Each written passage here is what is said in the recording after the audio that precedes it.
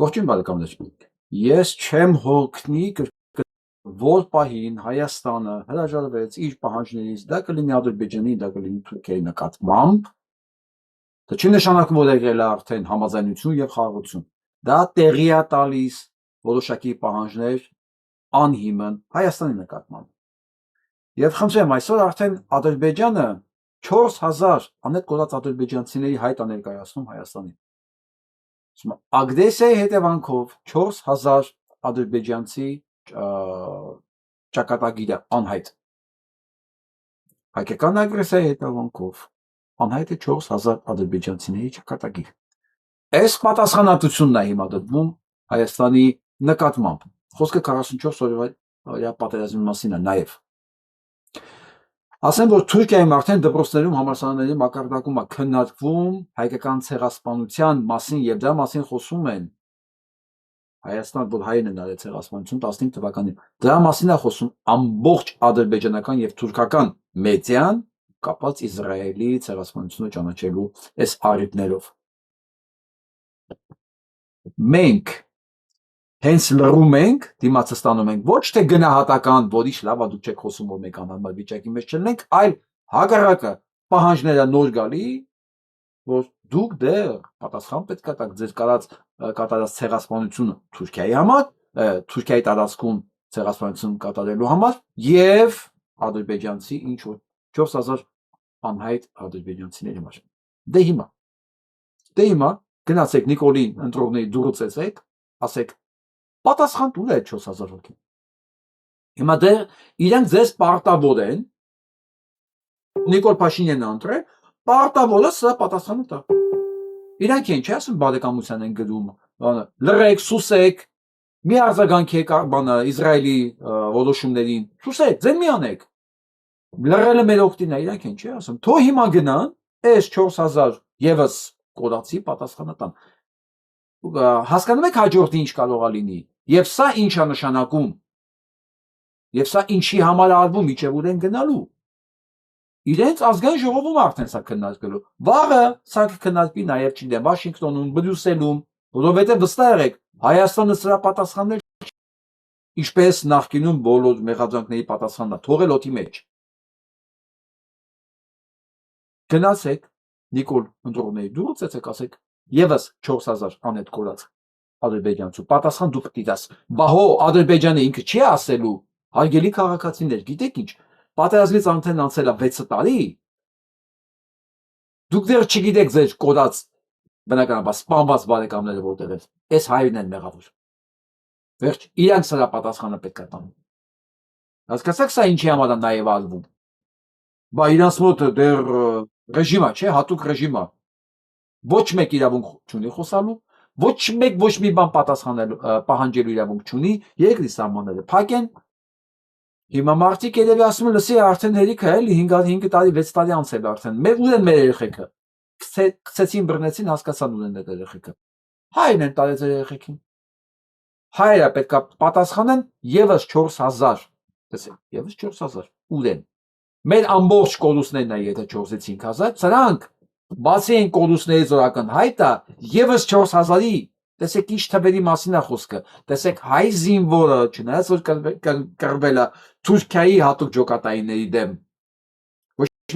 միայն նաև հետախուզության դեմ, սա թուրքերի խոստովանությունն է, ինստրուկտորների դեմ, որը կռվել է վասկանների սիրիական, որը ռազմական փորձով արունախում, հա, այդ վայրենի դեմ է կռվել, հայ զինվորը անպաշտպան։ Իսրայելի դրոնների, ինստրուկտորների դեմ է կռվել է նաև ադրբեջանական բանակի դեմ, ասես նայեք, 44 օր, ու այդքանով հանդերձ,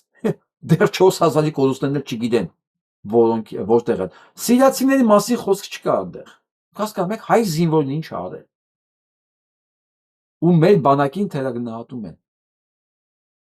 Մենակ ասում եմ Արցախի վերջի 23 թվականի ագրեսիայի օրը 1000-ից 1500 հոգի մեկ օրվա մեջ է սպանվել Արցախը գրավելու դատարկելու համար։ Հիմա սրանք էլ չեն կարողանում պատասխանատան ուզեղ են դրանք, որտեղ են դրանք, ասում են հայրին հարցրեք։ Եվս մեկ մեղադրանք հայկական կողմի վրա։ Այնպես որ ես հասկանում եմ, որ Նիկոլ ընտրածներին սա շատ բան չի ասելու, վաղ էլի նորից կրկնելու են, դե մենք խաղաղության ենք գնայում, լռելը ճիշտ է, դուք լռեք ու սպասեք նոր քրեական գործերի, նոր պահանջների ձեր նկատմամբ։ Միևնույն ժամանակ, դու ես այդ համարում եմ, որ սա ճիշտ է, էլի ճիշտ պոզիցիա է։ Դե ճիշտ պոզիցիա է, էլի հասկանում եք, ոչ մի մորթվող կենթանի մորթվելուց առաջ իրան չի խփում պատեպատ։ Մանավանդ խոշոր երջերավորները։ Դրանց դեմը խոտ կա դրանց, որոնք հանգիստ վայելում են։ Սա է տակտիկան։ Ու որ դու բրցում ես, ասում ես, լսի, ներկա շուրջը, տարա մի հատ այդ խոտից գլուխդ բարձր, սա մատ վերև նայ էլի, մատ լսի քեզ ինչ ենք ասում։ Մենակ վիրավորանք, հեգնանք, առհամարանք, դե ով ոնց կարողանում։ Չարու նախանց, մի խոսքով։ Դե գիտեք, չէ արդեն կոմպլեքս ինչ կարա հնչի դրանցից։ Չէ։ Դրան էլ գումարած, այ միջելոց թուրքական մեդիան Փաշինյան Նիկոլացիր։ Թուրքական մեդիայի հերոսն է սա, հերոսը, որ ամեն ինչի մասին սիրում է լռել թուրքական։ Իրանց աստվածն է, ով կարող է իրանց համար այսքան գործ անել։ Ոչ մեկ։ Ագենտ по имени Կրաչ ծածկանունով ագենտը սա իրանց լավագույն նվերն է, լավագույն Կրաչ։ Հասկանում եք սա ինչ է։ Սա թարս որ կարդում ես չարք։ Չարքը չի ինչն է։ Դες ճիշտ ընտրել են անունը։ Չարք անունով ագենտը ինչ սենց ավերածություն որ սա է բերում ես երկրի վրա, ոչ մեկ չէր կարող անել։ Ոչ մի թշնամի սենց վիճակի մեջ չէր կարող դնել։ Ես մի հատ սա էլ ասեմ ձեզ, որ չմտածեք ամեն ինչ սանով զափակվում է։ Այս չգիտեմ, այս հոդվածը երևի բաց թողեցի, ամեն դեպքում մի ասեք, այս տարվա մեջ 8000 Թուրքիայից է մարդ եկել Հայաստան, 44 հոգի Ադրբեջանից, Ադրբեջանի բանով, հանձնագրերով։ Ասեք մոտարապես հասկանան ինչ է նշանակում 8000 հոգի պլյուս 44, 8044 հոգի։ Դուք չգիտեք իրենք ովքեր են եւ ինչ կարող են անել։ 8000 մասնագիտացված դիվերսանտ կարա գրավի Հայաստանը։ Դու ոչ մեկ չկասկածի դրանում։ Ոչ մեկ, որտեղ սրանք ոչ զորք ունեն, ոչ հատուկ ջոկատայիններ ունեն, սրանց ունեցածը, վաղուց ամպիտան, ոնց ասեն, որ կոպիտ չհնչի, զինվորի ծնողի, ծեր մարդու, քաշտվող են, ծեծող, հլող գցող, ձերբակալող, հասկանում եք, որի այս պրոցեսների համար ոչ մի մասնագիտական հմտություն պետք չի։ Սա դիվերսանտ նեյտրալիզացնել չի։ Ես ես հիշացնեմ մի տեսարան, հիշում եք, որ այս չարքը մտել էր Մաշտոցի վրա եկեղեցին, որտեղ այն երկու աղբորներին ուզում էին բան անեին, որոնք ներվել էին, որ ինչ եք հրանում, արա, ինչ եք, ես եկել եմ պատարակի, ինչ եք, չոբանավարի ամեն ինչին, սենց կողքերով բրթելով տանում, հիշում եք այդ տղուն, սենց ասեմ, բերման ենթարկելու process-ը, հիշում եք, այդ ինչ քաշքշում էին, 4 հոգով չեն կարողանում, ընտրել չէր դիմադրում, հասկացաք սենց մասնագիտական որակները, ու սա առաջի դեմքի պահպանությունն էր, սա առաջի դեմքի պահպանության որակներն էր, վստահ եղեք, բոլորը նույն մակարդակին են, դե հիմա հասկացեք 8000 հոգու, սրանք ինչ էին ունակ անելու, չեն կարող անեն, որպեսզի հասկանաք մեր երկիրը ինչ վիճակում է, այն անեկդոտն է միտս գալի, էլի, որ ասում են, բանջարաբոստանային կուլտուրաների մեջ որոնք են մտնում,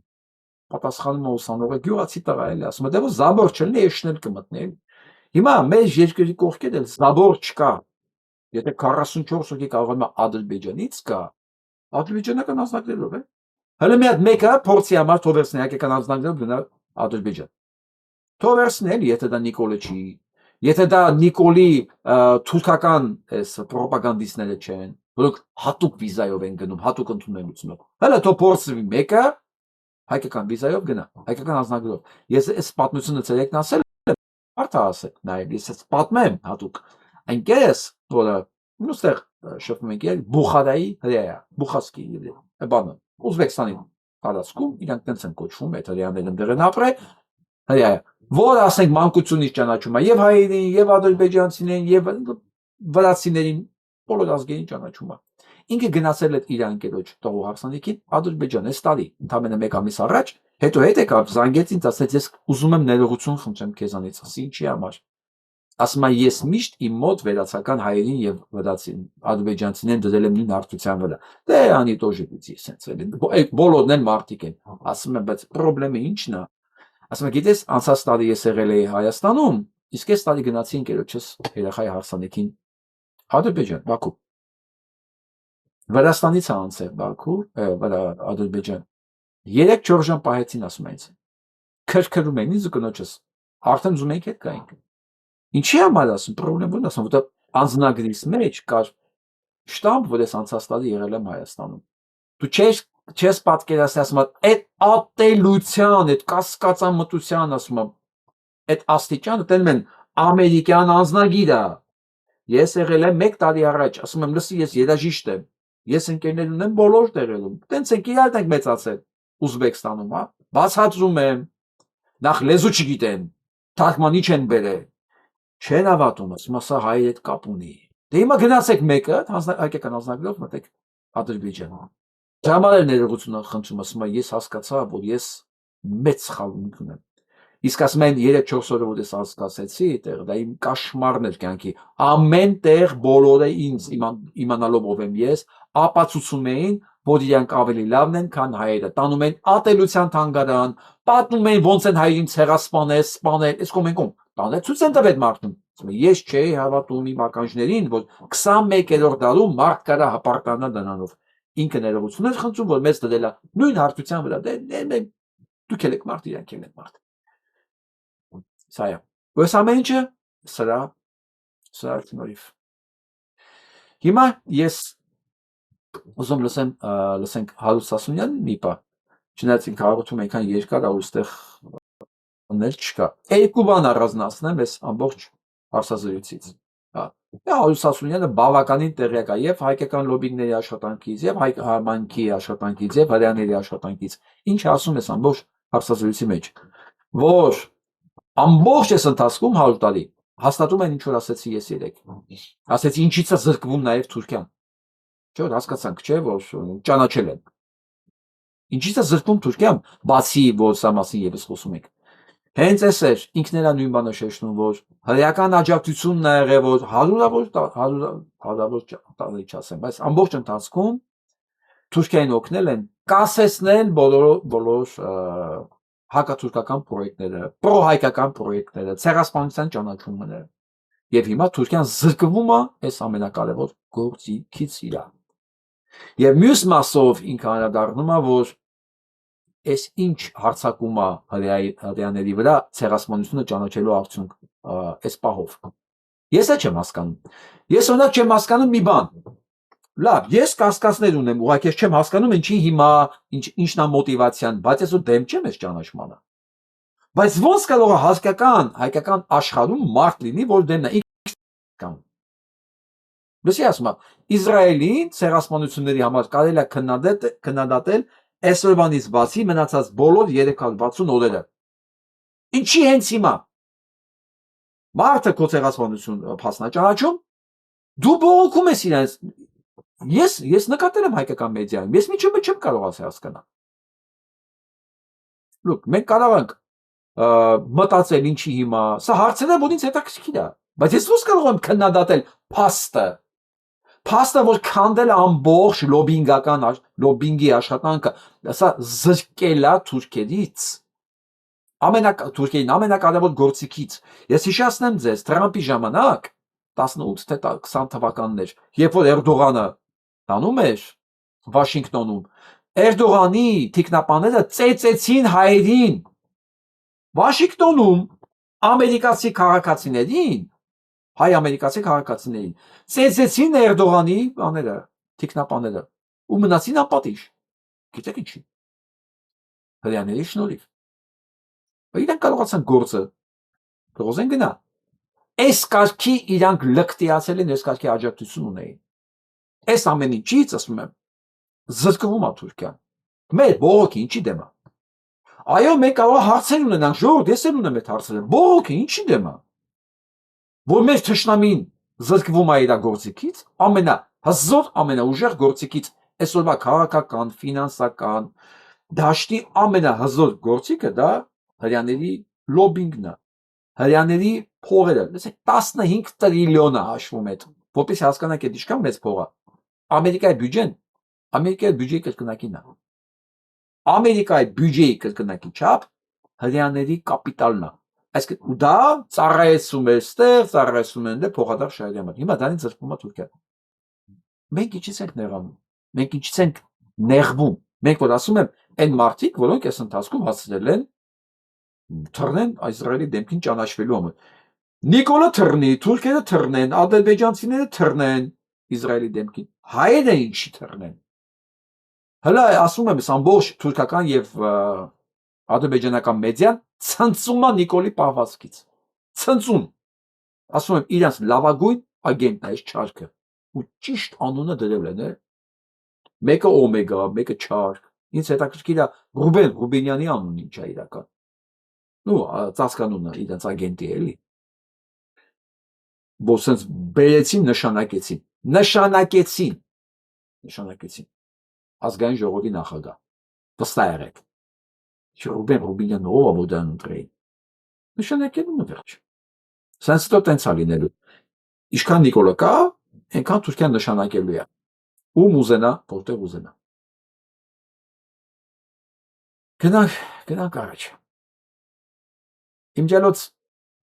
ասեմ, sense մի հատ կենթանի կա պատտվում է եթերում, Ժողովուրդ ջան, ուղղակի այնքան եք զանգել ինձ, որ ես պատասխանեմ։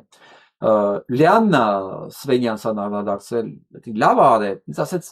չես ուզում մի բան ասես, ասում եմ, նո, չեմ ուզում, որովհետև եթե մի մարդու հաղորդումը 12 հոգի են նայե, կամ 500 հոգի են նայե, ու 2 տարվա մեջ դրանից չի ավելանում, ես յան ինչի անդրադառնամ, ինձ վիրավորելու համար։ Ես ես ուղղակի ես կենթանուն անդրադարձել եմ 1.5 տարի առաջ, որ ինքը նոր էր սկսել, այնքան ուղարկեցին, որ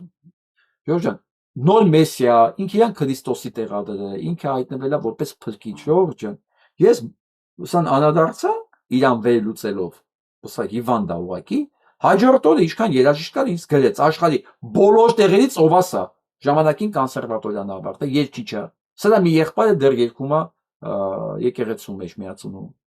Չստացված սարկավակ, որին վռնդել են Գրիգոր Լուսավորիչից, հետո որ ինչ որ միտեղ հայտնվել է Երուսաղեմում, ընդեղից են վռնդել։ Ու բայց մնացել է այնտեղ։ Մարդ որ ուրացել է հոր, մորը, աղբորը, ամեն ինչին ու դարձել է Իսրայելի գործիք։ Իրենց ասում են ասետ։ Ես ասել եմ, չէ, որ հազարավորների sense վարձում է Իսրայելը տարբեր լեզուներով խոսացող ու ուղարկում է Իսրայելի ծրագրերը քարոզ անելու տարբեր տեղեր։ Սա դրանցից մեկն է։ Հիմա կարող է նույնիսկ կանոնա փոխարը ինքը ինձ ոչ մի ֆորմատով հետաքրքիր չի, Ժորժը։ Ես ցանկացած մեկին որ անդրադառնում եմ, այսինքն իրանք իմ անունը չեն տալի, մի քանի հոգի շատ նայի ուղղակի իրան։ Որ մի քանի հոգի շատ նայի։ Ինձ իրա ոչ քննադատությունն է հետաքրքիր։ Երբ որ ես լսում եմ մի մարդ, ասում են մեկը քո մասին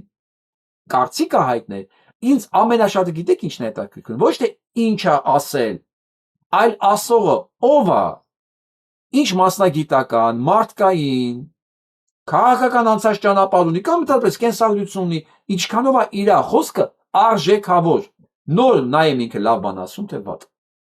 Որտեղ եթե նույնիսկ լավ է ասում կամ վատ է ասում, բայց այդ մարդը ոչ մի արժեք իրան չի ներկայացնում, չարժի դրա վրա ժամանակ կորցնել։ Բայց քանի որ բոլորը սրտասար մարդիկ ինձ ուղարկում եք, որ էս սա ինչ-որ բան ասե, ես ոչ լսել եմ, ոչ էլ ուզում լսել։ Որովհետև երբ որ ես խոսում եմ, սրա 500 դառնում է 5000, 50000։ Սրանց ուզածը դա է։ Տարբեր կալիբրի, նույնպես եմ ասում, տարբեր կալիբրի, տարբեր կոյուղիներից դուրս եկած ոչնչություններ իմ անունը բարբերաբար տարբեր ֆորմատներով տալիս են։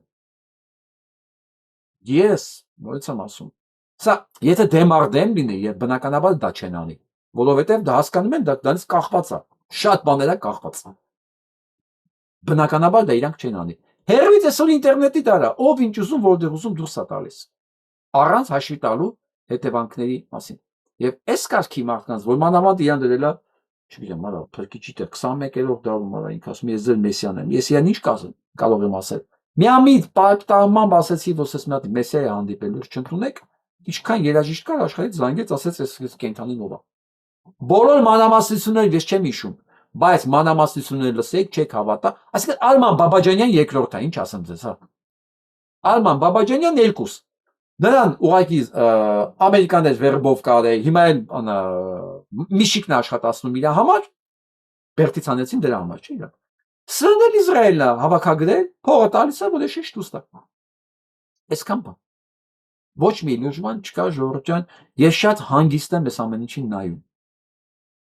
Հասկացեք, մեկ ասում է, իսկ դու պետքա պատրաստ լինես քարերի առատության քո նկատմամբ, ինչքան դու հելնում ես, այնքան առատանալու է բանը հարվածները։ Հիմա տենց է ստացվել։ Իհարկե ոչ մեկին հաճելի չի այս խոսակցությունները, հարվածները,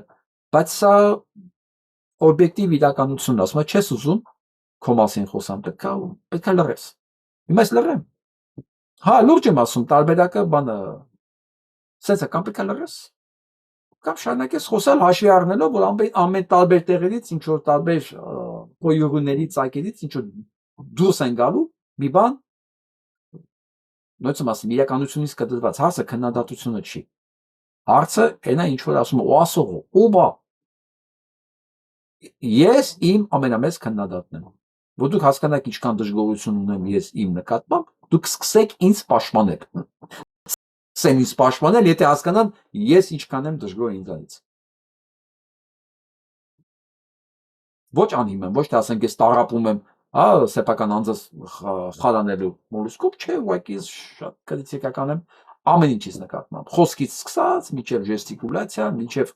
ամեն ինչ, վստահ եղեք, ոչ մի բան աչքից չի վրդում, չէ, որ ես այդ ամեն ինչի վերջը մասնագետն եմ։ Հա, ես սա մասին ասեցի, որ հազարավոր թուրքեր եւ տասնյակ ադրբեջանցիներին արդեն այցելել Հայաստան։ Դե հետևանքները դուք մտածեք։ Իսկ հիմա գնանք սահմանադրական դատարան, տեսնենք ընդեղ ինչ է կատարվում։ Երեք ուժերին խնդրում բանել, թե այդ ընտրություններից առաջ, շատ ավելի առաջ, նաև Ռուսաստանի նախագահի եւ մի շարք բարձր պաշտոնյաների խոսք, երեք ուժերին խնդրում եմ պարզաբանել, թե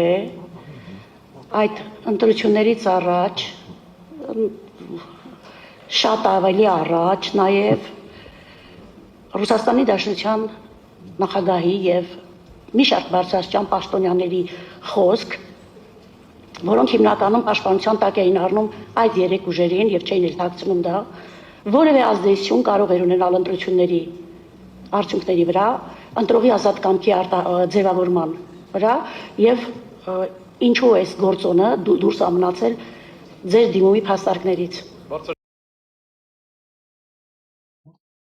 Սա դատավոր է։ Ես եկել եմ սա մասին խոսացել, սա չի հասկանում, ինքը շարունակում է դեռ։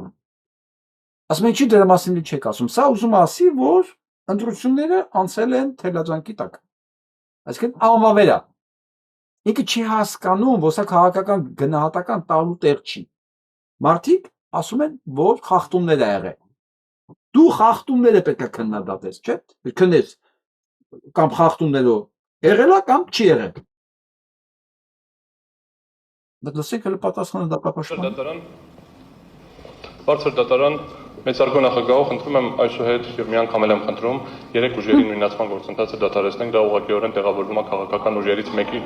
քաղաքական ուժից երրորդ անձի քաղաքական պնդումների դաշտի ներքո, հակառակ դեպքում ես խնդրելու եմ դատավորներից որևէ մեկին, այդ թվում նաեւ բացակայող երկու դատավորներից որևէ մեկին քննարկեն Տիկին Սեյեդ Սաֆարյանի մասնակցության հնարավորությունը այս նոր փաստերի լույսի ներքո։ Վերջ, սա պրոֆ Նիգոդնի ինքը չի հասկանում, ինքը բան չի, քաղաքական դատապաշտպան չի, այս իր աղբոր տեղը չի, ինքը կարա գնա նստի Պետրոս Ղազարյանի մոտ, ասի ընտրություններ անարդար էին, որովհետև Պուտինը միջամտումներ ընտրություններին, ինչպես միջամտում էր Ջեդի Վենսը, ինչպես միջամտում էր Թրամփը, չգիտեմ, Մարկո Ռուբիոն, Մակրոնը, բոլորը։ Բայց ասածն էլ է, անօրինական այս ընտրությունները։ Սա նույնիսկ չեն հասկանում ինչի են եկել ընդեղ, իրաց նպատակը, ֆունկցիան որն է։ Ժողովուրդ ջան, էսի գիտեք ինչի համար է կարևոր։ Այս դատարանը ինչ որոշում կկայացնի, չի կայացնի։ Հələ մի կողմ։ Ի վերջո սա երկիր է, սա համակարգ է։ Չի կարա ամբողջ համակարգը լինի այս որակին եւ երկիրը լինի լավը, արդյունավետ, ինչ է նշանակում լավ երկիր։ Ոչ թե որ այսօր իմ աղբերը նախարարը այդ երկիրը լավը, ոչ, այդ երկիրը պետք է լինի արդյունավետ, իր կառավարման համակարգով, իր սպասարկման ոլորտով, իր ամեն ինչով արդյունավետ։ Դուք հասկանում եք, սա ուրա իջացրած Սետա անգրագետի Սաֆարյանը ինքը չգիտի ինչի է նստած սահմանադրական դատարանում, սա հմեկի եթերը չի։ Ոչ դու բողոքես, ասես, բա լավ է, որ Պուտինը բան ասում է, ինչի է ռուսական ընդդիմությանը նեղում։ Ինչ կապ ունի դա այս գործի հետ։ Եթե կապ ունի, արձանագրեք, որ բացի ձեր դիմումներից, որը կասկածի տակ է դնում ընտրությունների արդյունավետությունը, կենտրոնական ընտրական հանձնաժողովն էլ արձանագրել է, որ սենց միջամտություն է եղել, հետևաբար այս ընտրությունները չի կարող լինել օրինական։ Ու վերջ։ Սա կլիներ պրոֆեսիոնալ։ Դուք հասկանում եք ուր եք հասել։ Ես երաժիշտս պետք է սա մասին խոսամ։ Սա ձեր համար մեռնելիք է, ոնց որ դուք համերգից հետո գաք պարտիտուրան բացեք, ասեք, այստեղը այս գործիքները չկար, դու ավելացրել էի, մի խոսքով դու կերսել ես, ասենք Բեթհովենի, Բրամսի պարտիտուրան։ Դուք հասկանում եք դուք ուր եք հասել։ Եթե սենց մի օր մի բան դուք անեք, նշանակում է դիրիժորի միակ ճանապարհը ինքնասպանությունն է։ Պետք է գնա իրան քծի մի տեղից։ Հիմա մոտարպես նույն բանը ես եմ անում ձեր գործի մեջ։ Գիտեք ինչի։ Որովհետև դուք ձեր գործի հետ կապ չունեք։ Կապ չունեք, դուք ընդեղ եք հասել, որովհետև դուք պատրաստ եք ձեր ոչնչություն գոյությունը, ոչինչ չտվող գոյությունը պաշտպանել ամեն գնով, ընդհուպ միջև սահմանադրական դատարանի դատավորի պարտականությունը ձեզ վերագրելով, առանց հասկանալու դրա պատասխանատվության աստիճանը։ Արդեն ձեր ողորմելի գոյությունը քաշ տալու համար դուք չգիտեք նույնիսկ ինչի եք պատրաստ։ Հասկացեք Նիկոլ ընտրողներ, սա ձեր ողբերգությունն է, մենակ մեր երկիրինը չի։ Սա ձեր ողբերգությունն է, որտեղ սրանք վաղը որոշելու են ձեր ճակատագիրը տարբեր դատականացաններում։ Հասկացեք, այդ բանը չափանիշը ոչ միայն իջացրած է, ինքը մցրած է հողի տակ։ Լսեք։ Սա շրջանակներում ես խնդրում եմ չհեռանալ դատախազության ներկայացուցիչներին։ Նիկոլ Փաշինյանը մի քանի անգամ հրապարակային հնչեցրել է սպառնալիքներ ընդդիմադիր ուժերի առաջնորդների հասցեին։ Ոչ, արդյոք դատախազությունը որևէ կերպ ուսումնասիրության ենթարկել է այս հայտարարությունները եւ ունի տված իրավական գնահատական։ Ձեր ասած հանգամանքների վերաբերյալ հաղորդում դատախազությունը չի ստացել, հետևաբար չունի նաեւ հաղորդումից բխող։ Բացի հաղորդումից, հարգելի պատասխանող, դուք կարող եք նաեւ մամուլի եւ լրատվության միջոցների հրապարակումներին հետևեի, ավելին, այս ընթացքում ձեր ուղիղ պարտականությունն էր նաեւ կանխարգելիչ գործողություններ իրականացնել։ Այս մասով որևէ գործողություն, որևէ քայլ դատախազությունը իրականացրել է, թե չի իրականացրել։ Այդ թվում նաեւ այն սպառնալիքները, որոնք վերաբերում են սեփականազրկմանը, ունեզրկմանը եւ այլն։ Բայց դանչիկը ուր է։ Այն մի չիրազեկված ու չքաղաքացի կար, մի հատ ախր ոչ չեմ ուզում հայոյեմ, չեք պատկերացնի։ Դանիել Յունիսյանի գիտեք, չէ՞։ Մի խոսքով իր մասին է խոսքը։ Նիկոլի թիվ 1 անձնական օգտագործման գործ տվողը, որ բոլորի դիմում է գրում։ Բա դատախազություն։ Դանիելը ոչ մի բան ձեզ չի գրել, թե անպայման պետք է Դանիելը գրած լինի դիմումը, որ դուք ուշադրություն դարձնեք դեր ինչա կատարվում։ Տեսեք ինչա պատասխանը։ Ունեք թե չունեք։ Կարճ եմ ակնկալում պատասխանը։ Եթե խոսքը վերաբերվում է սպառնալիքին, հա, Բռնության կոչերին եւ սպառնալիքներին, այո։ բռնության կոչ, ատելության խոսք, այս մասով արդեն իմ պատասխանը տրվեց։ Կոնկրետ այս դեպքում չունեք։ Ոչ։ Եղավ։ Կենտրոնական տրական հանձնաժողովը նույն հարցի շրջանակներում խնդրում եմ արձագանքեք։ Արդյոք ձեր կողմից գնահատվել է իշխող քաղաքական ուժի ղեկավարի կողմից մի խոսքով չեն լսել, չեն տեսել, չգիտեն, դիմում չեն ստացել, ռայոն էին գնացել, նամակը տեղ չի հասել։ Հիմա ես հարց եմ տալիս այն մարդկանց, որ հայլու մեջ նայելուց իրանք չեն ասում, այո, ես Նիկոլ եմ ընտրել եւ ես համաձայն եմ, որ ես անբարոյական եմ։ Դեռ չեն ասել, ասում են, այո, ես Նիկոլ եմ ընտրել ու ես անբարոյական չեմ։ Հիմա դրանց եմ հարցնում։ Դուք դեռ այդ կարծիքի եք։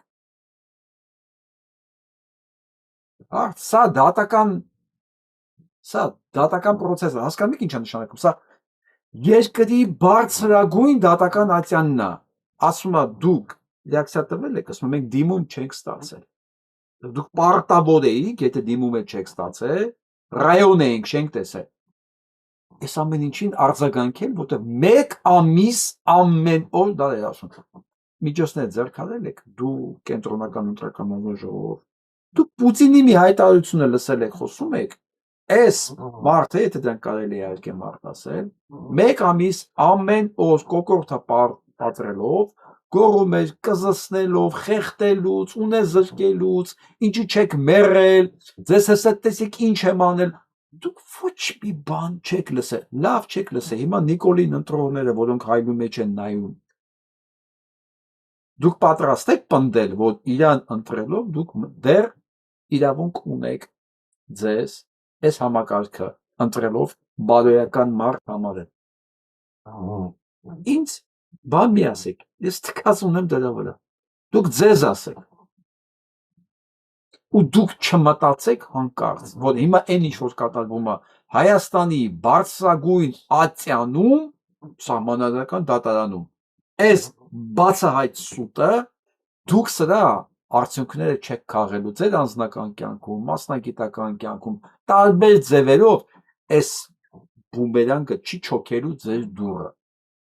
Որովհետև եթե մի երկրում բարձրագույն ատյանում կարող են այս աստիճան ստել, նշանակում է դուք ընկերներ, դուք պատահականության մեջ եք ապրում, այսինքն ձեր վաղվա օրը կանխատեսելի չի, որովհետև դա արդեն օրինականությունից դուրս է։ Ձեզ վաղը կարող են գցել մեքենայի տակ ու դուք չկարողանաք ապացուցել, որ ձեզ մեքենայի տակ են գցել, որովհետև այդտեղ ստում են ամենաբարձր ատյանների ժամանակ ու դուք դրա համար ձայն եք տվել։ Այդ ժամանակ ձեզ չի փրկելու, դուք Նիկոլ ընտրել եք, թե չեք ընտրել։ Հասկանում եք ասածս, թե էլի մտածում եք, որ եթե դա լավ, Նիկոլին պաշտպանելու համար ունեմ ամեն ինչ կարելի է։ Ես վստահ եմ, որ բոլորը հենց այդպես էլ մտածում են, բայց ես տրամադրությունը պետք է գցեմ։ Դուք կարող եք այդպես մտածել, բայց դուք ավիրում եք, քանդում եք այն համակարգը, որի վրա մարդ կարող է ապահով ապրել։ Դուք բերում եք ստի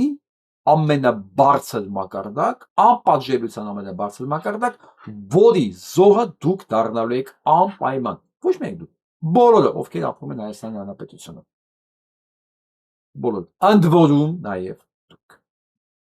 Դե նայեք հայլու մեջ ու պնդեք, որ դուք բարոյական եք։ Ինձ համար դա ոչ մի բան չի ասում։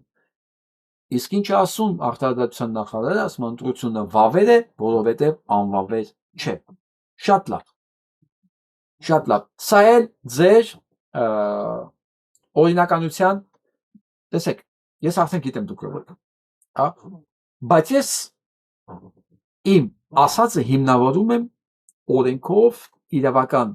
ասկսած ճաշակ չի, սա քաղաքականություն չի, սա ձեր արտադրության նախարարն է, որն ասում է, սա վավեր է, որովհետև անվավեր չի, այսինքն ինչ է նշանակում անվավեր չի, որովհետև դատարանը չի ճանաչել անվավեր, այն դատարանն է, որ մենք հիմա լսում ենք, որ դատախազությունը միամից ոչ մի բան չի լսել, ընտրական հանձնաժողովները ոչ մի բան չի լսել, տրված դիմումներն էլ տեղ չի ասել, եւ ով որ պետք է մոնիտոր անել այն չգիտես կինա, տղամարդա, մարդա, չմարդա, մի հատ կարելի չի իրազեկ չքաղաքացին, գլխավոր դիմում գրողը, գլխավոր գործտավողը ինքն էլ չի լսել, ոչ մի բան չի ասել այս մասին։ Հասկացաք, դուք ինչ Հայաստան եք ստեղծել ու դուք որտեղ եք ապրում։ Նաեւ դուք ես ես հիշացնելու եմ հատ այս համակարգի հետևանքները ձեր կյանքի ընթացքում։ Համալսարանն է անակնկալ մատուցել Փաշինյան Նիկոլին, շատ հետաքրքիր, շատ։ Պարզվում է բուհում սոցիալական հարցում անցկացվել, հետազոտություններ են անցկացվել ու պարզել են, որ Հայաստանի երիտասարդները անորոշության եւ հույսի խաշմերուկում են կանգնած։ Այո, Նիկոլի պնդած խաղաղության խաշմերուկի փոխարեն երիտասարդների մոտ սոցիալական հարցումները ցույց են տալի, որ իրանք անորոշության մեջ են կանգնած։ Գիտեք ինչի՞։ Որովհետև ի տարբերություն երիտասարդների, այ ի տարբերություն են Նիկոլ ընտրած են ու Նիկոլի համար հայհոյող են կանանց, երիտասարդները գիտեք ինչին են նայում։ Վաղը աշխատանքային վեճերա լինելու, պայմանագիր խզելա լինելու, գործի ընդունվելա լինելու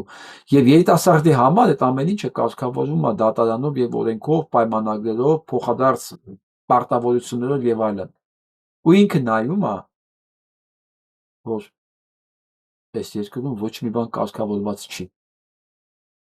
Նույնիսկ սահմանադրական դատարանը նայում աչքի հետ մեջ, ասում է ես դիմում չեմ ստացել։ Դա հանցագործություն չի։ Բա լավ է, որ Պուտինն ասում էր այստեղ։ Ու երիտասարդների մոտ չի կարա սա վստահություն ներշնչի վաղվա օրվա համար։ Դուք հասկանում եք, դուք երիտասարդներին եք զրկել երկրի ապագայի նկատմամբ հավատից։ Դուք կարող եք հայոյել, այո, որովհետև ձեզ Նիկոլ այդ իրավունքը տվել է։ Այդ լավ հոգեբան ասում էր, մի վիրավորվեք մեկից, որ ձեզ վիրավորում է։ Որ վատ բան ասում, որտեղ նա ամենամարդ տալիս է այն ինչ որ ինքն ունի, եւ որ ինքը ինչ չունի, ինքը չի կարող ձեզ տալ։ Եվ ես նայում եմ այս բերանները բացող փակողների տարիքին, սերին սարսափում եմ, որ կինը կարատես բերանը բացի, մտածում եմ, եթե այս կինը դա ունի, դա է տալի, բա ինչ է տվել իր զավակներին, իր թողնիկներին, իր հարևաններին ինչ է տալու։ Կին է, իսկ կինը իմանա սրբությունը։ Որտեվ կինը անպայման մեկի մայրն է։ Մեզ մոտ տենց է։ Մենք տարիքով մեծերի մայրիկ ենք միշտ ասել։ Մայրիկ, որովհետև մեր մոտը տենց է։ Ու մայրը մեր համար սրբություն է, որ նայում ես այդ մոլ բացած բերանի պրոդուկտը, ասում ես սոսկալի է։ Ու սա ինչ է տվել այս կյանքին, այս ապագային, տեսելի է երեխեքին։ Այս ամեն ինչը ներդրեց հայկական իրականության մեջ, այս չարքը, կռաչը։ Հասկանում եք սրա տված վնասների մասշտաբներն ու շերտերը, սրանք ինչ ասեմ, ժողովուրդ, քլորով չի անցնելու։ Քլոր, որ սրսկեց հողի մեջ, սրա թույնը դեռ մնալու է անդե։ Հողն էլ է մեռնելու, քլորից հողը մեռնում է, բնություն չի տալու, ուրիշ չի աճում դե։ Բայց սրա թույնը կարող է նույնիսկ չսպանի քլորը։ Ես ինչ արեց այս երկրի հետ էսի։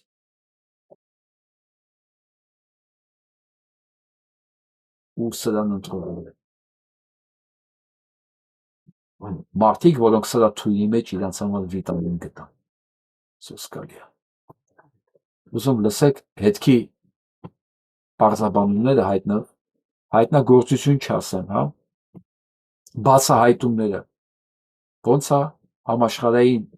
սև կեղտոտ փողերը լվացվում Հայաստանում։ մի փոքրիկ էպիզոդ են բացահայտել ընդհանրապես, մի փոքրիկ։ Այս չափի դրա համար շվեյցարական այդ ընկերությունը շատ արագ հանել է, չգիտեմ, բայց ինչի է հանել, էլի իրականում, որովհետև այդ պատմությունը ճիշտ է։ Բայց դուք հոդվածում գրել եք նաև, որ վեբ արխիվում պահպանվել է։ Վեբ արխիվում պահպանված է, հա, վեբ արխիվում պահպանված է, չնայած բանը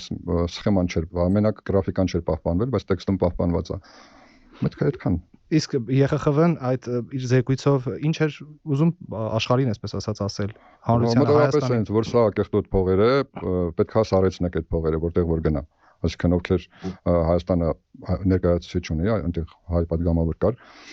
այսինքն գիտեին, որ դա կեղտոտ փողեր է, որը եկել է Հայաստան։ Եվ բնականաբար պետք է սարեցվի այդ փողերը։ Դուք մինչ հոդվածի հրապարակումը պաշտոնական գրություններով դիմել եք եւ բանկին, Էվոկաբանկին եւ այս Landmark Capital հայկական ընկերությանը, կենտրոնական բանկին, դատախազությանը, բայց խնդրեի դուք ասեիք, այս Landmark Capital-ի դերը ո՞րն էր, ինքը ինչ գործառույթ էր իրականացնում, ինչով էր ինքը առնչվել այս պատմությանը։ Ֆինանսական ընկերություն է, որը ծառայություններ է մոտավորապես մատուցում եւ հիմա պարզում է, որ ինքը Դենիս Կացևի իր հաճախորդներից է։ Այսինքն եթե ես մտածում եմ հիմա, կարծում եմ այդպես է, եթե ինքը սպասարկում էր Դենիս Կացևին, նշանակում է նաև հնարավոր է բազմաթիվ այլ գործարքներ եղած լինի, ոչ միայն դեպի Հայաստան, չգիտեմ, դեպի այլ երկրներ, բայց փաստորեն այդ սառեցված փողերը, այդ կեղտոտ փողերը Landmark Capital-ի միջոցով հասել է Հայաստան։ Ընդգծման կարիք ունի, որ այս Landmark Capital-ը թեև Հայաստանում գրանցված լիցենզավորված ԿԲ-ի կողմից լիցենզիա ունեցող ընկերություն է, բայց նաև գործունեություն է ծավալում Շվեյցարիայում։ Հա, բարձրացած երկրում մեր բոլոր ընկերությունները կարան գործունեություն ծավալեն։ Խոսքը ինչի մասին է, որ ԵԽԽՎ-ն նույնիսկ ասել, որ սա կեղտոտ փողեր են, հանկարծ միտեղ որ փոխանցվեցին անպայման պետքա սառեցվի։ Եվ Նիկոլի Հայաստանը թքած ունենա նաև ԵԽԽՎ ների վրա, ոչ միայն Նիկոլի Հայաստանը, որ ասում եք Նիկոլի կառավարությունն է, այդ Էվոկաբանկը, դատախազությունը, որտեղ դիմումներ է եղել, ներկայացվել այդ ամեն ինչի համար եւ ամեն ինչ մնացել է անպատասխան։ Սա հանցագործություն չէ, սա կազմակերպված հանցագործություն է։ Փողերի լվացում, նարկոտրաֆիկա, որ Հայաստանը հելել է ու sense գնում է, բողոքում են տվյալներ կա թե ոչ միայն երեխաների մեջ, այլ կանանց աղջիկների մեջ օգտագործման մակարդակները թմրանյութերի ահռելի չափերի է հասել։ Սա Կռաչի Հայաստանն է։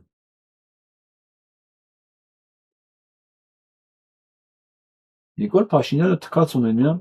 այս ամեն ինչի վրա։ Գիտեք ինչի։ Դե իրեն դա պետք չի, հետաքրքիր չի։ Իր երեխաները ստեղ չեն մեծանալու կամ էլ ինքը թքածել ունի իր երեխեքը ոնց են մեծանում, որտեղ են մեծանում, երևի դուք արդեն վաղուց հասկացել եք։ Բայց լավ, մենք հո թքած չունենք։ Մենք հո թքած չունենք, մենք այս չարքին ոնց կարող ենք ապրել։ Մենք ոնց կարող ենք կողքի համերաշխ ապրել այս չարքի հետ, համերաշխ փոքր չարքերի հետ, որոնք Հայաստանը վերածել են կեղտոտ փողերի լվացման, նարկոտրաֆիկինգի եւ մնացած սոսկալի երևույթների ուղղակի պոլիգոն, որի արդյունքում ոչ առողջ սերունդ է մնալու։ Դրա համար երիտասարդները չեն հասկանում, երիտասարդների համար սա շատ զգայուն է, որտեղ իրանք այն 70 կանանց նման, որ մենակ քֆուր են գրում, ինտերնետով։ Որտեղ երիտասարդները մտածում են, ստեղ եւս մի 30-40 տարի ապրելու են իրանք առնվազն, եթե ոչ 50-60 տարի է։ Իրանք չեն մտածում, դե լավ, այս մի ընտրությունն է կամ 10,000 դրամը վերցնենք, յոլա գնանք այս թոշակների հետ։ Դրա համար է երիտասարդների մոտ անորոշություն։ Իրանց կարիերան որտեղ է կայանալու եւ ամենակարևորը ինչ պայմաններում։ Արժի այսքան փող տալու սովորել։ Բա հետո ես ինչ եմ անելու։ Եթե շուկան ազատ չի, եթե դատարանները չեն աշխատում, եթե Հայաստանի բարձրագույն դատականությունն է սենց աշխատում։ Բա մեր հույսը ո՞րն է։ Ինչի են հայերը մեծ հաջողություններ գրանցում դրսում, ոչ թե Հայաստանում։ Եթե նկատել եք, Հայաստանում հաջողություն են գրանցում բացառապես թերական օլիգարխիան եւ քրեական քաղաքական դեմքերը։ Ինչի արտասահմանում ստացվում է իրաց մոտ Հայաստանում չէ։ Ընդ որում ես կարող եմ երաշխավորել, ես երթվում եմ աշխարհում շատ քիչ տեղեր կա, որ ես չեմ եղել։ Ամենավատ ապրումը հայ է հենց Հայաստանում։ Ինչի է լավ ուրիշ տեղ ինքը կարողանում զարգանալ Հայաստանում չէ։ Մի բան կա տեղ, մենակ մի պատասխան, որովհետև այնտեղ օրենք կա։ Մարդը իր ներդրման, ուսման, գործարքների մեջ վստահություն ունի, որ եթե հանկարծ մի բան էլ չլինի, իսկ շատ է լինում այդպես դեպքեր, ինքը կարա դիմի դատարան։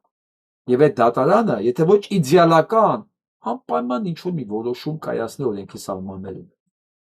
Մի բան, որ Հայաստանում ակնկալել աբսուրդ է դրա համար էլ Հայաստանում ծաղկում է մենակ քրեական օլիգարխիան, որին օրենք պետք չի, որ հենց միայն այդ աբսուրդի դաշտում է կարողանում իր բիզնեսն անի։ Թրամփը անօրինական տարիֆներ մտցնելով վնասել էր բազմամիլիարդանոց բիզնեսներ։ Դրանք կարողացան դատի տան Ամերիկայի կառավարությունը, Թրամփին, ու հիմա իրանց կորուստների կոմպենսացիաներն են ստանում որպես ապաշնոր քաղաքականություն, որպես անօրինական գործողություններ նախագահի կողմից։ Նիկոլ Փաշինյանը իր իշխանության գալու համար հազարավոր ֆերմերների զրկել է հացից եւ նրանք մնացել են վարկերի տակ։ Քանի հոգին կարա գնա դատարան եւ ասի, այս տխմարի ապաշնոր քաղաքականության պատճառով իմ ծաղիկները կամ իմ միրգը չհասավ Ռուսաստան, ես պահանջում եմ կոմպենսացիա։ Քանի ֆերմեր կարող է մտքով անցնի գնա դատարան, մեկ, որտեղ դատարան գնալու համար վստահություն է, չէ՞ պետք համակարգի նկատմամբ։ Երկրորդը, քանի հոգու գնալուց հետո անկարծ դատարանը կարող է որոշում կայացնի, որ այս ամեն ինչի պատճառը սրա կառավարության, այս չարքի կառավարության դիտավորյալ միտումնավոր թշնամական գործողություններն էին Ռուսաստանի Դաշնության նկատմամբ, որի համար ինքը պետքա ձայներ հավաքեր։ Նորից եմ կրկնում, միտումնավոր թշնամական քարոզություն ու գործողություններ Ռուսաստանի նկատմամբ, որի արդյունքում ինքը պետքա ձայներ ստանար, որի արդյունքում գյուղացին պետքա զրկվել իր հացից։ Քանի գյուղացի կգնա դատարան։ Տես ասում, Ամերիկայում գնացին ու ստանում են իրենց կոմպենսացիաները, Հայաստանում չեն կարող գնալ, որովհետև որ նայում են իրենց սահմանադրական դատարանում ինչ է կատարվում։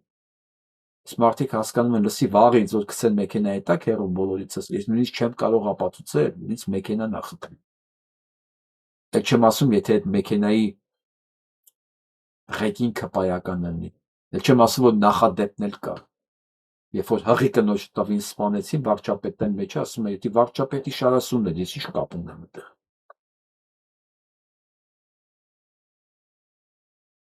Դուք հասկանում եք, ես ինչ եմ ասում, ցանկացած մեկը որ Փաշինյան Նիկոլ անցել,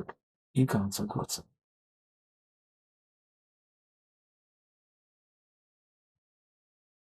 Հիմա գնանք Թուրքիա։ Թուրքիան պնդում է, որ իրաց պատմությունը չի պարունակում ցեղասպանություն, կոտորածների ճնշումներ, գաղութատիրություն չունեն, այդտեղ իրանք դες բան չի եղել։ Սա Իսրայելի պատասխանն է։ Վերջում մի բան է մոռացել ասի։ Չեք հավատում։ Նիկոլ Փաշինյանին հարցրեք։ Վստահ չէ։ Հայաստանում ոչ ցեղասպանության հուշարձան կա, ոչ ցեղասպանության պահանջ կա, հեսա սահմանադրության մեջից էլ ամեն ինչ կանեն։ Մարդը վստահ ասում է, չի եղել այդպես բան։ Բնավ տակ ավելացներ, չեք հավատում, գնացեք Նիկոլ Փաշինյանին հարցրեք։ Վստահ եղեք, էքսել է մի օր ասելու։ Ինչպես երեք ասեց, մենք չենք մտնում այտենց բաների մեջ, մենք կոմենտ չենք անում։ Այս ցեղասպանության մասին մենք, մեր հետ այդպես բան չի եղել։ Այս գիտեք ինչի մասին է։ Այն որ մեկի բարեկամին սպանում են, ոստիկանները գալիս են, որ ցուցմունք վերցնեն, բան, բայց սպանողը բերը փողերը տվել է արդեն։ Եվ զոհիտերն ասում են, ես խաբար չեմ, ես տեղյակ չեմ։ Ես դες բարեկամ էլ չեմ ունեցել։ Չեմ տեսել, չեմ լսել ոչ մի բան, չգիտեմ։ ու հարևանները արդարացնել այդ պահվածքը։ Այդ լրիվ նույն բանն է։ Հետո էլ զարմանան, որ այդ անպատիժ մնացած մարդասպանը մի օր էլ իրենց ճանապարհի վրա է կանգնած։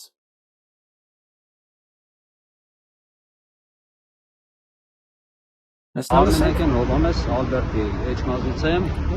ուրեմն նայեք, բանկից վերցրել եմ 2 միլիոն դրամ, 10 միլիոն դրամ փակել եմ ու դրանից հետո հարկադիրը ասում է 5 միլիոն 5% էլ պիտի փակես, բայց մինչև այդ բանկի հաշվության եմ եկել։ Էդ էլ ենք լավ, ոչ է, փակե վերջացրել եմ, այդ ինձ 5%-ն եմ վճարել վերջացրել, դրան գումարած։ Ընկերես հարևանս, ինձ էլ ընկերես է մանկության 5 միլիոն դրամ բանկից փող է վերցնում, 6 միլիոն դրամ փող է վերցնում բանկից, 4 միլիոն 800,000 դրամը բանը վճարում է, մնում է 1,200,000 դրամ, առանց իր տեղակ ֆայլու, իր հերն քարսկեղով հիվանդ։ Ոչ եմ, հիվանդները մանգնում են հարգելի պատճառներով հիվանդանոցները, առանց իրանց տեղակ ֆայլու, ինչ որ ցույցել չի գալի ծանոթություն, որ այդ մարդը իմանա, որ գիտես ինչ վաճառում են այդ բնակարանը։ Բռնում են իրանց ասել վաճառում են 8 միլիոն դրամով։ Պանտեսն է, որ հարկադիրները ժողովրդի վրից, այսինքն մեր Հայաստանի Հանրապետություն երևի 10-ից 8-ը ունի այդ հարկադիրի խնդիրը, պահանջում է, որ հարկադիրները մարդկանց վրից հանեն, մարդկանց նորմալ մարդիկ բարեկեցիկ կյանքով ապրեն։ Պետք չի լինում, ասենք հիմա հասարակ ուզում ես ինչ-որ մատ մեքենա առնես կամ տուն առնես կամ ինչ-որ բան ուզում ես գրանցես կամ ուզում ես մեքենա ցեխաս մոտոր անես կամ ապահովագրություն անես, որ մեքենատ օրեն փող քշես, չեն թողում, ասում են հարկադիր ունես, ոչ մի բան չի կարող։ Այդ կառույցը, օրինակ ես որ երկրի ղեկավարը, մեր սիրով այդ կառույցը կփակեի։ Չի, բա ձեզ ոնց կերեն։ Բա 1.2 միլիոն պարտքի դիմաց առանց տիրոջը ասելու տունը ոնց ծախեն 8 միլիոնով։ Հիմա այս մարդը ուզ գնա, որ դատարան գնա, որ ասի ձեր գործողություններն անօրինական են, ձեր գործողությունները հակաիրավական են, ձեր գործողությունները հակամարտկային են։ Ուր գնա։ Հասկանում եք Փաշինյան Նիկոլ ընտրողներ, ախր դուք էլ կարող ա հայտնվեք այդ վիճակում։ Դուք էլ, այնտեղ չեն հարցնելու ձեզ, դուք ում եք ընտրել։ Եթե Նիկոլին եք ընտրել, լավ, չեղարկեք այս գործը, այդ չի լինելու։ Դուք սա եք ընտրել։ Սա, որտեվ հիմա նոր օրենք կա։ Մեկ շաբաթից սառեցնում են ձեր բոլոր հաշիվները, եթե չվճարեցիք։ Մեկ ամիս հետո, վերջ, դահակը մտնում է ձեր տուն։ Այս էլ նոր օրենքով։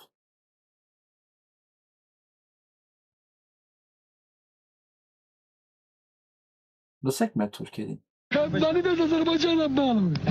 Я не знаю, вот это президентское правление, что они там хотят, они обманывают. Пускай люди правду лучше знают, что мы ее уже потеряли. Вы знаете, вот я вот видел, когда шли армяне, да, вот на Шушу, да, там видно хорошо было, да. По таким скалам лезли вооруженные 90 человек. Значит, Шушикянда поднимались в Шушу вот так. Это был снег был. Я знаю, что снег падает сверху, а это снег шел снизу вверх. Вы знаете, я когда... Սա ադրբեջանցին է, պատմում եմ հայերը Շուշին ոնց են հետ գրավել։ Ասում են ձուն էր, ընդհանրապես ձունը իջնում է ներքև։ Եկա տենում եք այդ ժառերը, ձունը ելնում է վերև, դրանք հայերն են եղել։ Սարսափած է։ Ոնց է դա հնարավոր։ Այո, դա հնարավոր է 92 թվականին։ Մեկ էլ դա հնարավոր էր հանձնել 2020 թվականին, հանձնել, որտեղ ադրբեջանցին հաստատ չի բացասել այդպես։ Հանձնել բնականից։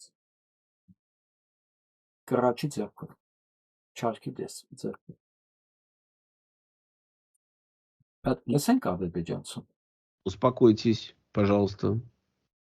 Подожди, я же хочу сказать, армянин задает вопрос, если этот Алиев,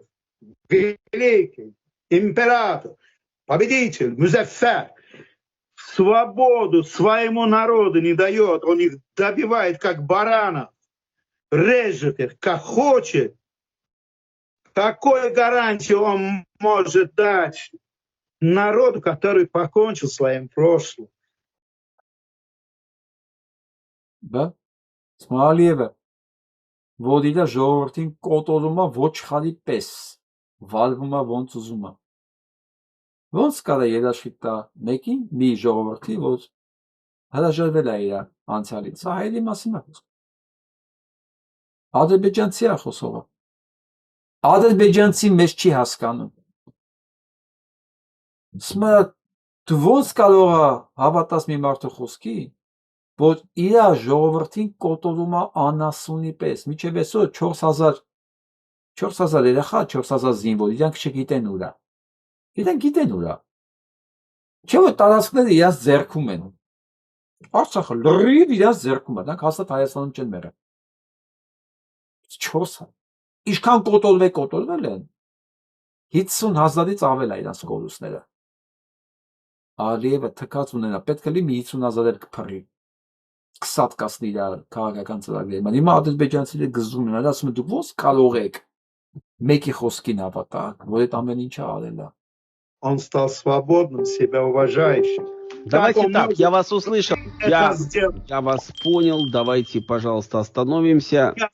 Мужчинами. Давайте на этом как бы остановимся. Вы в Карабахе были? Нет, никогда не был. Там все церкви армянские, никакой албанский. Албанский тоже есть, но мужчина должен все-таки говорить правду. Это они имеют право там жить. Վերջում էլ ասես դուք Արցախում եղել եք, ասես չէ։ Ասես գիտես, տղամարդը պետք է ճիշտ խոսա։ Ինչ կան դե հայկականը։ Հա ալբանացիներն էլ ինչ որ բաներ կարող են։ Բայց իրանք պետք է ինդեղա, իրանք իրավունք ունեն դա ապրել։ Սա ինչ հայկականը։ Տղամարդը պետք է ճիշտ խոսա։ Հա, ես համաձայն եմ։ Այդ տղամարդը ազգություն չունի։ Տղամարդը դա փաստորեն տեսակ է։ Հա, տեսակ է, որը որոշակի արժանինքներ, որոշակի չափանիշների մեջ է տեղավորում, որ հասկանում է, պետք է ճիշտ խոսա ինքը։ Դա համար եմ ես ասում, այն հայը, որ սուտ է խոսում, հա հայ չի, որտեղ իմ համար հայն ու ճշմարտությունը, բարոյականությունը, դրանք հոմանիշներ են, որ հայը անպայման, հայը պարտավոր է ճիշտ խոսա։ Նույնիսկ ադրբեջանցին է ճիշտ խոսում, ասում է տղամարդը պետք է ճիշտ խոսա էլի։ Հիմա այն հայերը, որ ճիշտ չեն խոսում, դրանք նույնիսկ ադրբեջանցի չեն։ Այս ադրբեջանցի տղեն իրանցից լավն է։ Մի բանի համար, մենակ մի բանի համար, անցյալ ժառանգականություն դնում եք մի կողմ, որ ինքը հասկանում է, որ մարդը, տղամարդը առավելս սուտ չխոսա։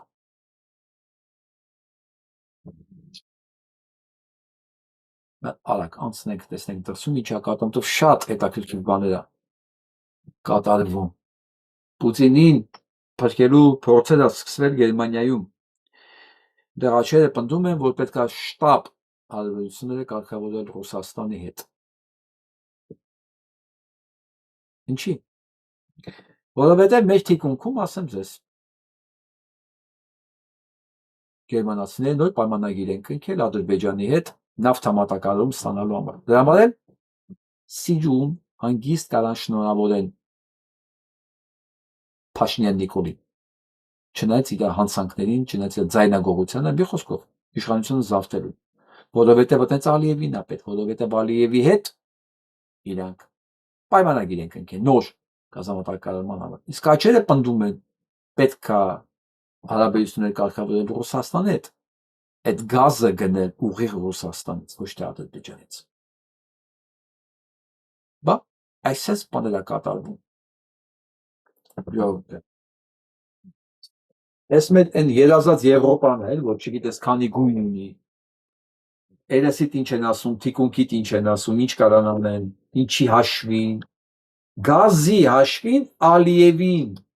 հաճոյանալու հաշվին շնորհավորեն պետական մասշտաբի հանցագործություն։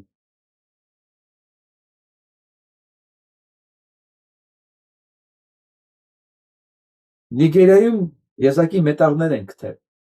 ու արդեն բաներ են անում, կատակ են անում, որ հեսա Ամերիկան կսկսի այնտեղ ժողովրդավարության հետ կապված պրոբլեմներ գտնի հարձակվելու համար։ Ալիևի հետ ոչ մի խնդիր չունեն, ոչ մեկ, ոչ Գերմանիան, ոչ Եվրոպան, ոչ Ամերիկայի Միացյալ Նահանգները, ֆուլ ժողովրդավարություն է Ամերիկայում, Ալիևի մոտ։ Չի, որովհետև կարողանում են նավթ ու գազ առնել։ Ավելի չի տալիս է, ինչ որ պետք է։ Նիգերիան չի տալիս։ Նիգերիան վռնդեց բոլոր գաղութարարներին։ Հիմա անպայման գտնեն այդ հարձակվելու ձևը, մոտիվացիան։ Սա Թրամփն է։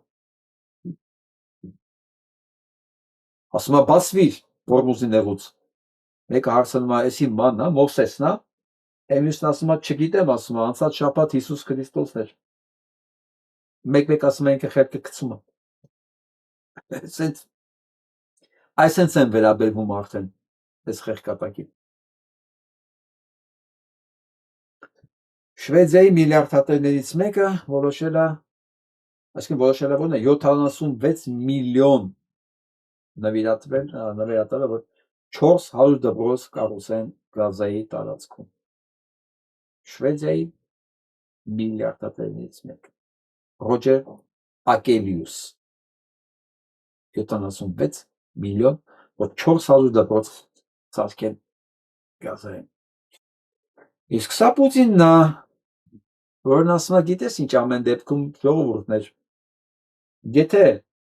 Ռուսաստանը այնքան բան արած անել Իսրայելում, Ուկրաինայում ինչքան 10% աներ, այն ինչ որ Իսրայելն է արել, հիմա ՆԱՏՕ-ն հասել է Ռուսաստանի սահմանների մոտ։ Ճիշտ ասում, հիմա ՆԱՏՕ-ի գագաթնաժողովը նախապատրաստվում Թուրքիայում։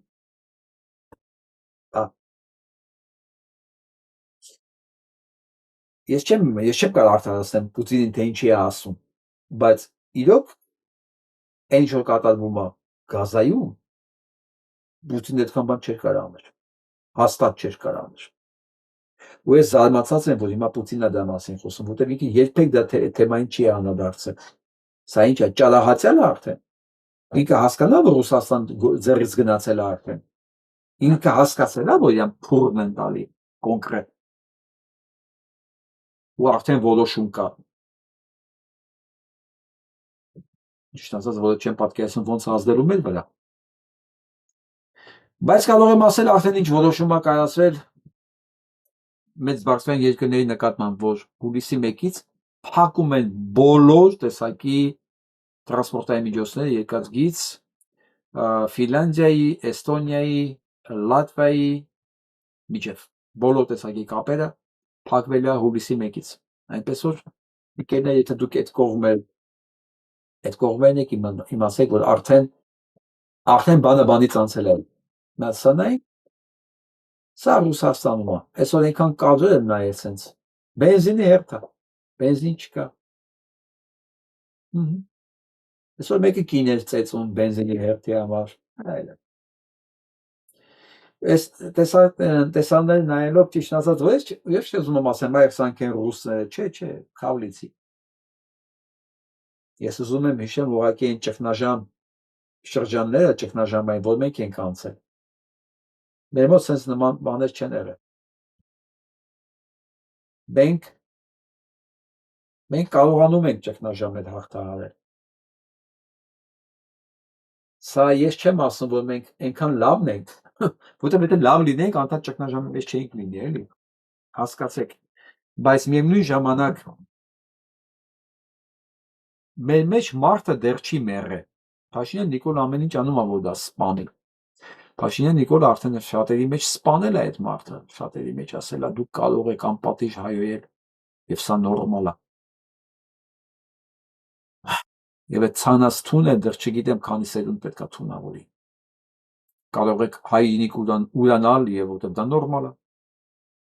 Կարող եք սեփական զավակներին փողի դիմաց ուրանալ եւ դա նորմալ է։ Այն վնասները որ սա է տվել։ Երկար տարիներ վեր մենք դրա հետևանքները չեն կարողանալու վերացնել սրան վերացնելուց հետո նույնիսկ։ Բայց սա ես ցույց տվեցի, ուզում եմ մենք ինքներս մեզ հիշացնենք։ Մենք շատ դժվար շրջաններ ենք ունեցել, բայց երբեք մենք մեր մարդկայնությունը, մարդկային դեմքը չենք կորցրել։ Կարող եք այս անգամ էլ պահել։ Ես չեմ ուզում ինձ այդ բոլորը համաձայն լինեն, ես ուզում եմ եղբայր մնանք այս ճշտի բանում էլի, ոլորտում, այսքան այս տարածքում, ճշմարտության, բարոյականության տարածքում։ Ես չեմ ուզում ինձ սիրեն կամ ինձ հետ համաձայն լինեն, բացարձակապես դա ինձ չի հետաքրքրել երբեք։ Բայց գոնե այս տարածքում կարող ենք մնալ, որովհետև եթե մենք այդ տարածքից դուրս գանք, մեզանից հետք չի մնա, որտեղ մեր դիմադրողականությունը հենց այդ տարածքում է, մենք կանք, որովհետև այդ տարածքում ենք մնացել։ Որտեղ այդ տարածքում է հնարավոր մենակ իրար օգնելով դուրս գալ այդ վիճակներից։ Որովհետև այն ադրբեջանցին, որ լացում էր, ասում է, ես չէի տեսել, որ ձունը բարձրանա։ Ձունը Արցախի Շուշի տակից բարձրանում էր, որովհետև մենք էինք այտենց Հայաստանում, Արցախում, եւ դա արդյունքը տվեց ընդ։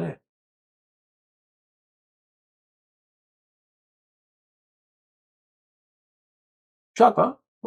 ակնկալիք, ես չգիտեմ, շատ բան եմ երազում։ Սա լսենք։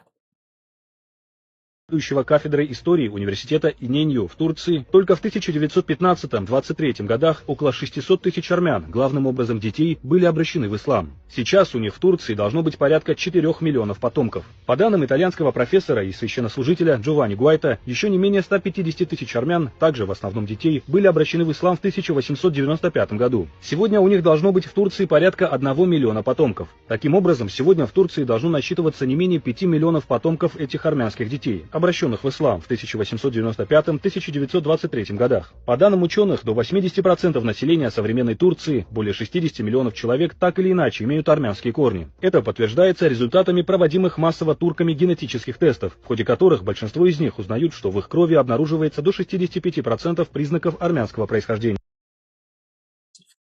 Ինչի մասին է հետազոտությունները, որ 1895-ից մինչև 23 թիվ այդ ցեղասպանական ամբողջ ընթացքում 1 միլիոն + 4 միլիոն, չէ, ասենք 150,000 + 600,000 երեխա իսլամազացվել են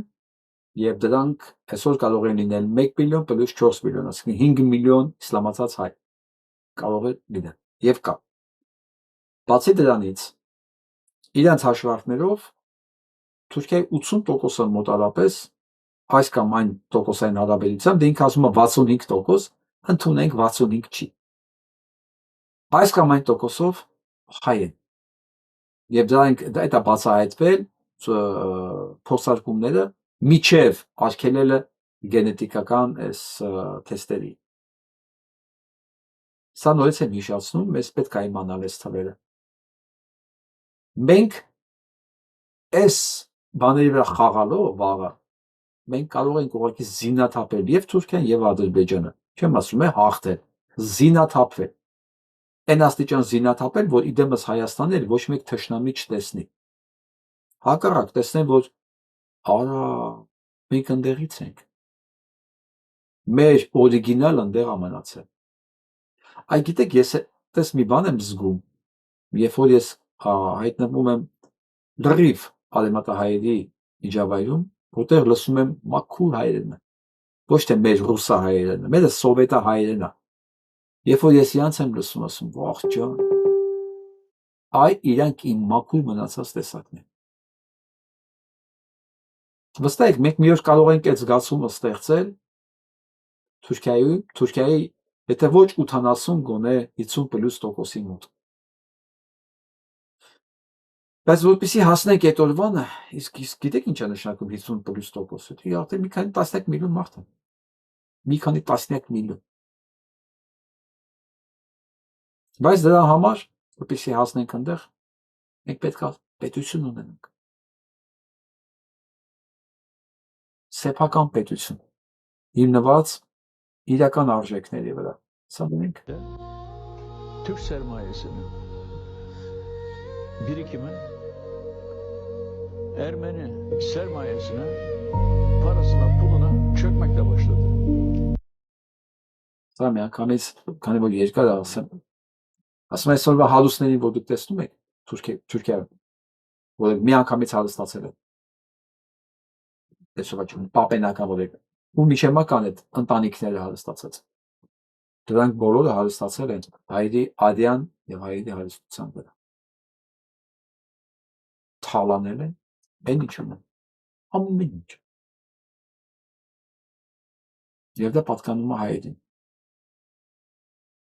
Հայերն առաջին հայացքից ինչ-որ իմաստով կարող են թվալ յուրատեսակ ու բացառիկ խումբ, որպես անոմալիա, բայց երբ մի փոքր ավելի խորն ենք նայում, տեսնում ենք, որ այս հիբրիդային ինքնությունները, որտեղ ամեն ինչ մշուշոտ է, բնորոշ են ոչ միայն հայերին, այլև աշխարհագրորեն այս տարածքներում ապրող տարբեր խմբերի պատմությանը։ Օրինակ իմ առաջին հետազոտություններից մեկը վերաբերում էր թուրքախոս հայերին, Ադանայի եւ Քոզանի շրջաններից։ Դրանք փաստորեն թուրքերեն էին խոսում ցեղասպանությունից առաջ։ Շատ հետաքրքիր էր տեսնել, որ որոշ հայ համայնքներում, մասնավորապես Կիլիկիայում, հայկականությունը ցույց տվողը ոչ թե լեզուն էր, այլ կրոնը։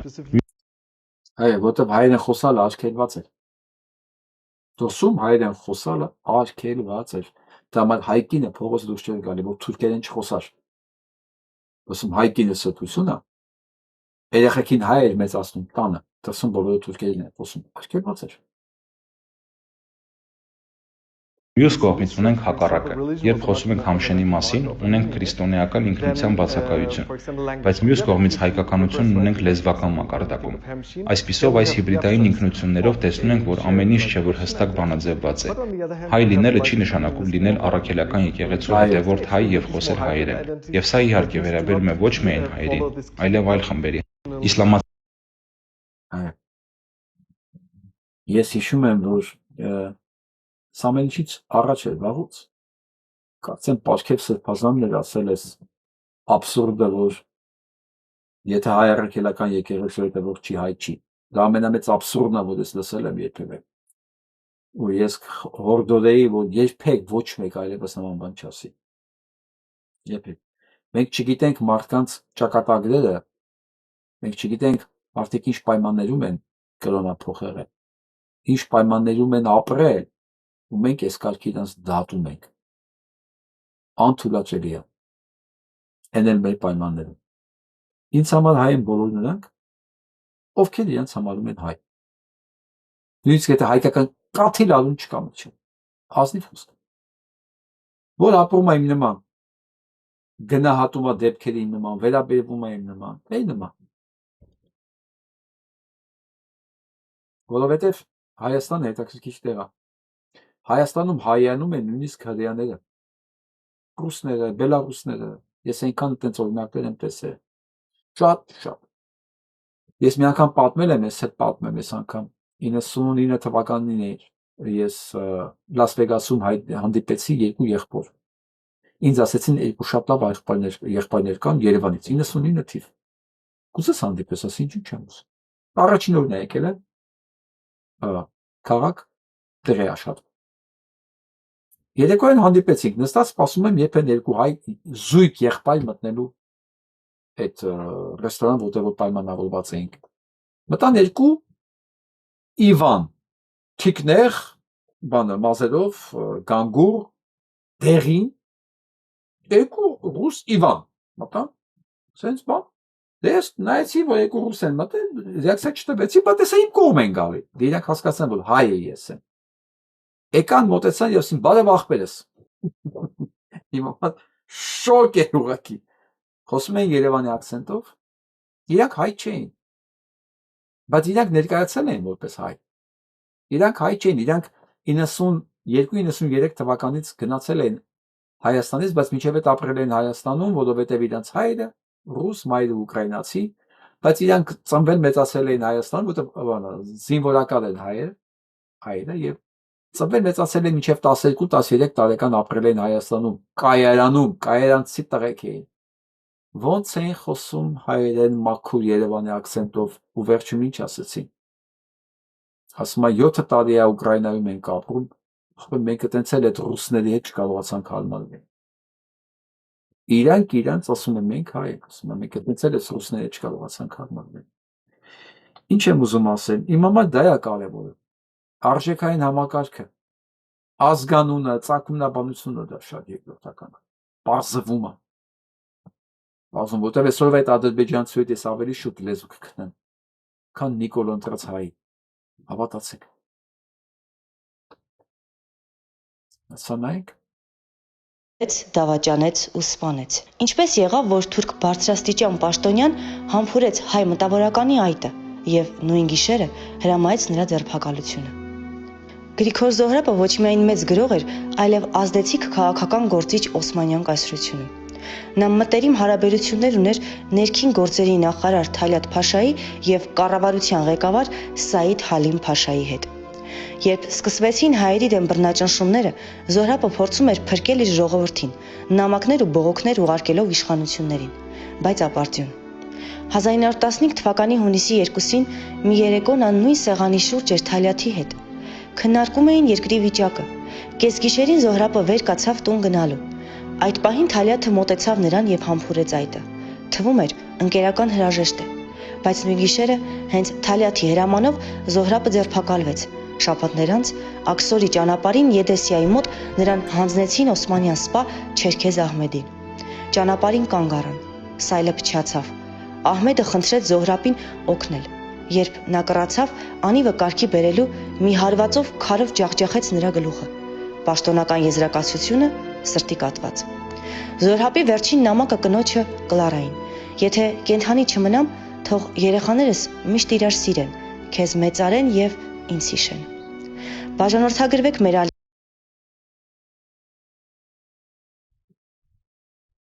Ռուբեն Ռուբինյանից սկսած մինչև Ալեն Սիմոնյան, մինչև Նիկոլ Փաշինյան պետք է հասկանան մի բան։ Ինչքան ուզում է ծառայություններ մատուցեք իրանց, այ կռաչներ, չարքեր։ Դուք իրանց համար մնում եք գյավուր։ Հրեայի համար մնում եք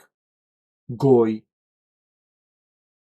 Կենթանի եք իրանց համար, առավել ևս։ Որտեղ դուք ծառայություն եք իրենց մատուցել, ձեր ազգի դեմ դուք ծառայություն եք մատուցել։ Դրա համար են ձեզ կնքի կռաչ, չարք,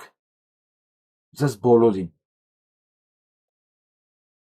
Նույնիսկ իրանց ընկերներին չեն խնայել, որով ոչ մի դավաճանական քայլ չեն եղել, սպանել են մի բանի համար, դենք հայ են եղել, այսքան բան։ Հրաժեշտի համբույրով, այսինքն ձեզ հրաժեշտի համբույրներ կտան, կգովեն, կլողացնեն ոսկու եւ շալբաթի մեջ իրանց սիրած։ Բայց այն պահից, երբ որ դուք պետք եղաք, այդ մի քարով կանեն ինչ որ արել են միշտ։ Եվ բոլոր նրանց հետ, ովքեր հույս ունեն, որ իրենք կարող են թուրքերի հետ խաղաղ ապրել։ Ես էլ ինչ կարող եմ, ես ոնց կարող եմ ձեզ խանգարել։ Ես չեմ կարող ձեզ խանգարել։ Իմ գործը ձեզ խանգարելը չի, որ դա անարժան է։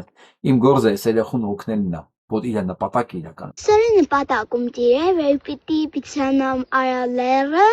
ամենապետյուրը ու երազանք բան վերքինի մարցախ։ Վերջ։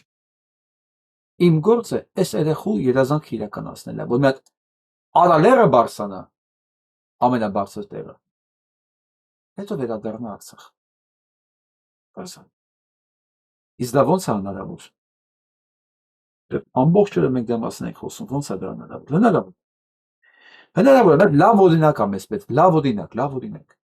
Եվ ես ուզեցի սա ցույց տամ, որպես լավ օրինակ։ Էսի մենք չենք, էսի ճապոնացիներն են։ Ախր բայց շատ լավ օրինակ։ Japanese give plastic bag for everyone. During the match, after match, this one for pick up trash. Ճապոնացիները այս պարկերը բաժանում են բոլորին։ Խաղի ժամանակ որպես դդոշ օգտագործում են, իսկ խաղից հետո մաքրում են իրենց միջավայրը։ Իրանց չի։ Սա Ամերիկայի միջավայրն է, բայց իրանք են, չէ եղել այդտեղ։ Սենց այդ պատասխանատվությունն է։ Այ եթե մենք ամեն մեկս մեր միջավայրի նկատմամբ այսպես վերաբերվենք, այսպես, այս երեխու երազանքը կիրականանա։ Ինքնաբերաբար։ Հարցնում եք ո՞նց, ասում եմ ձևը։ Հնարավոր է, ես իմասով ամեն ինչ կանեմ, որ դա հնարավոր լինի, բայց ես կարող եմ անել իմ համար, ես ոչ մեկի տեղը իր ախտը չեմ կարող հավաքել։ ես կարող եմ ընդամենը օրինակ լինել։ Վստահ լինել է, որ անպայման կլինեն հետևորդներ։ Նայող սր հայել ինչի չէ, որ մենք խոզ չենք ես կեղտոտ միջավայրին ալմալվենք, մենք պետք է մաքրենք մեր միջավայրը, որովհետև այդ կեղտոտ միջավայրը ծնում է այդ կեղտոտ միջավայրին ադապտացված եւ սովոր կեղտոտ անձնավորություններ, քանի մենք մեր միջավայրը չենք մաքրել։ Այդ միջավայրը ստեղծելու է, ծնելու է կռաչներ, չարքեր, հայհոյող մայրեր ու տատիկներ։ Այսօրվա համար այսքանը։